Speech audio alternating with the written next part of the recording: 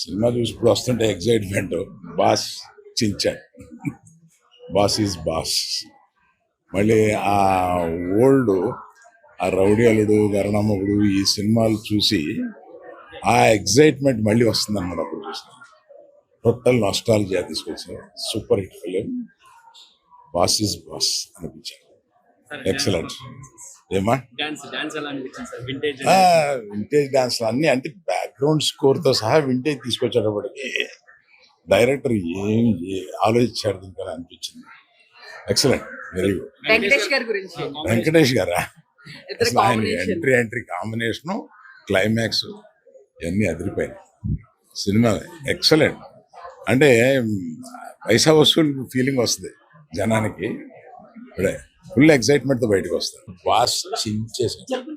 అంటే మళ్ళీ ఆ రౌడీ అల్లుడు గరణమ్మలో చూసి బాస్ని చూసి బయటకు వచ్చినప్పుడు ఉన్న ఫీలింగ్ మళ్ళీ ఈ సినిమాలో వచ్చిందన్నమాట. నాలుగు తర్వాత అంటే ఆయన రీఎంట్రీ తర్వాత ది బెస్ట్ ఇదేనని చెప్పొచ్చు. నాకు అంత సాటిస్ఫాక్షన్ వచ్చేసి.